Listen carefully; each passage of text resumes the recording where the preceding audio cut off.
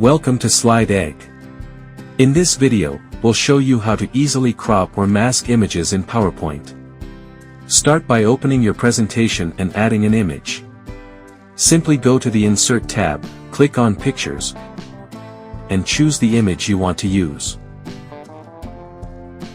Once it's on your slide, you can resize it to fit your design. Now, let's say you want another image. Head to a new slide, go back to the Insert tab, and explore options like stock images or online pictures. This lets you search the web and insert any image directly into your slide. Again, feel free to adjust the size as needed. Here's where it gets interesting. Select any image and go to the Picture Format tab.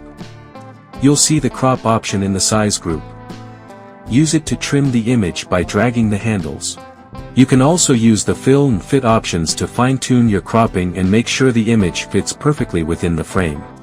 If you want a perfect square crop, choose the Aspect Ratio option and select 1:1, this keeps all sides equal. Make sure each side of the image is the same length. Now, repeat the same process for the other image. But why stop there? You can also use Crop to Shape to apply fun shapes to your image. Want a circle, star, or even a heart? It's just a click away.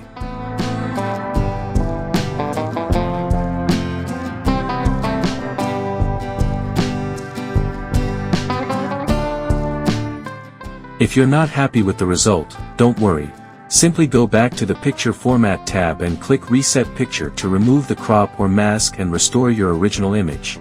And that's it. Cropping and masking images in PowerPoint is quick, easy, and adds a creative touch to your slides. Thanks for watching, and don't forget to like and subscribe to Slide Egg for more helpful tutorials.